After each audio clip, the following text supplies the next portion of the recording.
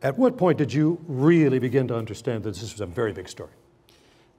Very early, because within days, we knew that there was a notebook found on one of the burglars that had the notation in it, W. House, which could only have meant two things. The White House. I can think of one. Tell me what the other one was. We figured in the Nixon days it would be White House. And indeed, that was the first big connection that we made. But there also was a fascinating moment when we realized that this was probably going to involve the President of the United States in a really horrible way. You thought that early? Very early, because by September of 1972, 10 weeks, I guess, after the break-in, we had found there was a secret fund that had been controlled by 5 people close to the President, including his top assistant, H.R. Haldeman, and including John Mitchell, the former Attorney General of the United States. And the day that we found out this information, the next day, Bob and I would meet every day in a vending machine room to get coffee outside the newsroom. And we kind of got to get our ducks in a row because we didn't think that the editors quite appreciated enough what we were doing. And we had to kind of do a little song and dance to make sure, good cop, bad cop. And we had just found out that Mitchell was among those who controlled the fund. And I went and put a dime, which is what it cost then, in the coffee machine, and I literally felt this thing go down my back. And I turned around to Woodward, I'm feeling even now. I said, oh my God, this president is going to be impeached. And Woodward turned to me and he said, you're right. And he said, we can never use that word impeachment in this newsroom because they'll think we have an agenda. And even now talking about it, it sends a chill. There was something we could tell, and I just felt it, and he said, oh God, you're right. Len, while all this was percolating, what was your vantage point? Well, first I was in the chain of command that vetted their stories before they were published. People may not realize nowadays how strictly vetted everything was.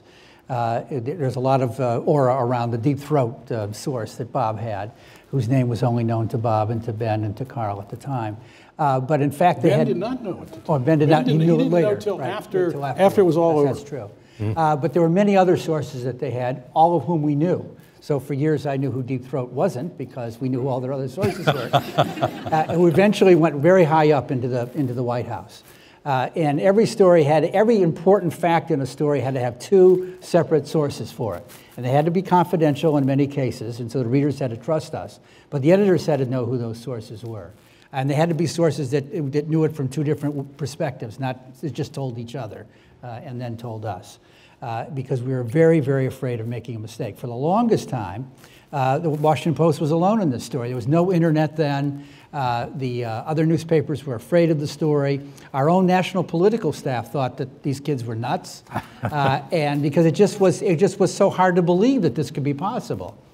Katharine Graham was being warned by her friends that she was making a terrible mistake, might lose the newspaper. The licenses for television stations were challenged by the Nixon administration. It was actually a frightening time in terms of if we made a mistake, it would be the end of us.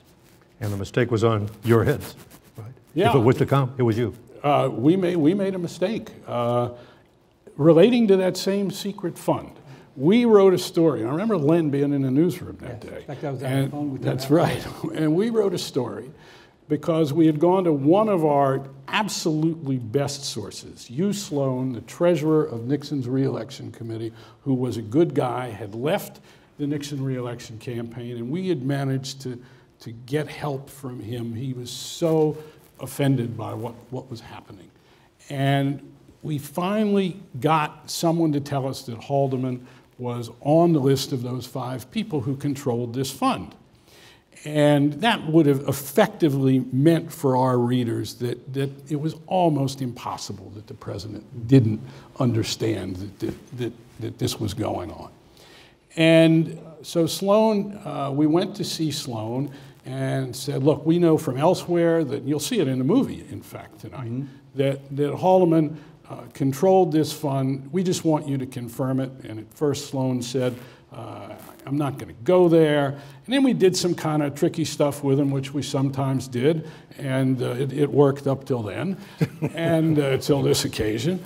And he finally said, look, if you say Haldeman, I'm not going to have a problem with it, or something like that.